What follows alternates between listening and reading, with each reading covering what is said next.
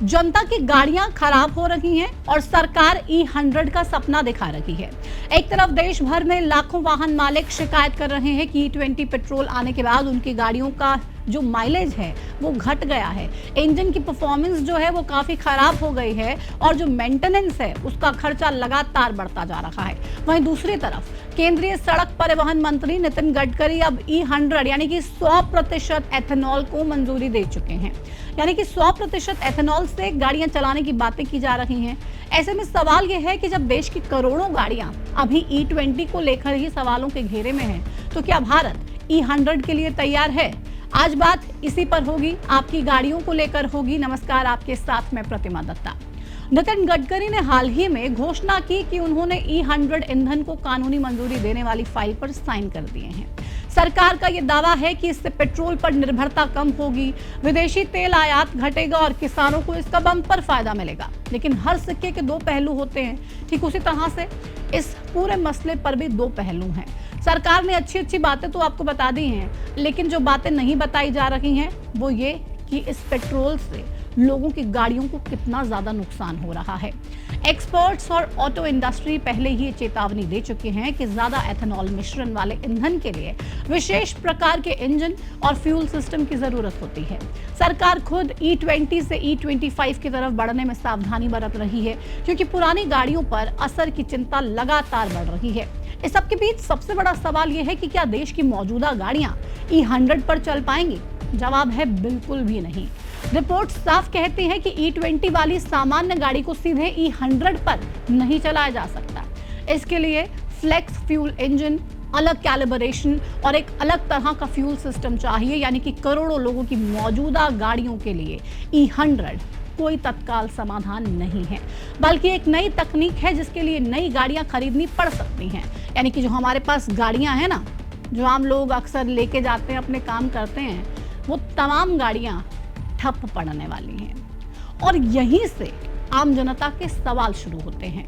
जब आम लोग ये पूछते हैं कि बढ़ते पेट्रोल के दाम, घटते माइलेज और महंगी सर्विस से वो परेशान है, तो क्या करें? तो क्या उन्हें फिर से नई तकनीक के नाम पर नई गाड़ी खरीदने के लिए सरकार मजबूर कर देगी? क्या देश की सड़कों पर चल रही करोड़ों पुरानी गाड़ियों का भविष्य अब खतरे में है? सरकार का ये कहना है कि E100 भारत को ऊर्जा के मामले में आत्मनिर्भर बनाएगा और किसानों की आय को बढ़ाएगा। आने वाले महीनों में कई कंपनियां E100 या फिर फ्लेक्स फ्यूल वाहन लॉन्च करने की तैयारी में हैं। लेकिन फिलहाल मारुति सुजुकी की वैगनआर गाड़ी और हीरो की स्प्लेंडर और HF deluxe bike flex engine में लॉन्च हो चुकी है। लेकिन दूसरी तरफ ईंधन वितरण नेटवर्क भी अभी शुरुआती चरण में है। सरकार 2026 के अंत तक लगभग 500 E100 पंप स्थापित करने की योजना बना रही है। देश के लोगों को ये जानने का हक है कि क्या पहले E20 पर उठे सवालों का उनको जवाब मिल पाएगा?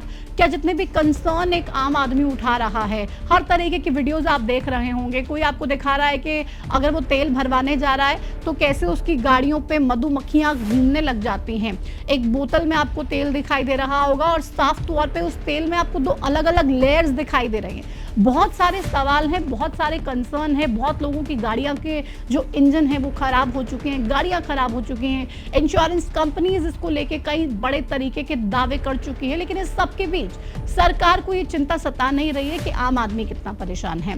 सरकार ये बताने की कोशिश नहीं कर रही है कि भाई कोई प्रॉब्लम है तो उसका समाधान कैसे होगा। क्या आम आदमी की जेब पर पड़ने वाले इस असर का पूरा हिसाब सरकार देगी? क्या नई तकनीक के नाम पर पुरानी गाड़ियों की कीमत घट जाएगी? और सबसे बड़ा सवाल, क्या भारत की ऑटोमोबाइल नीति जनता की सुविधा के हिसाब से बनेगी या फिर एक्सपेरिमेंट्स के सहारे आगे यूं ही बढ़ती रहेगी? सरकार को आम लोगों के तमाम सवालों का जवाब दे देना चाहिए, ताकि दूध का दूध और पानी का पानी हो सके। और कम से कम ये ऑप्शन तो लोगों को देना चाहिए कि उनको प्योर पेट्रोल डलवाना है, E20 डलवाना है, E25 डलवाना है। क्योंकि नितिन गडकरी को तो भले ही फर्क ना पड़े, लेकिन देश के करोड़ों लोगों को इस बात से जरूर फर्क पड़ रहा है कि उनकी गाड़ियां खराब हो रही हैं, माइलेज कम हो रही है और लगातार परेशानी बढ़ती जा रही है।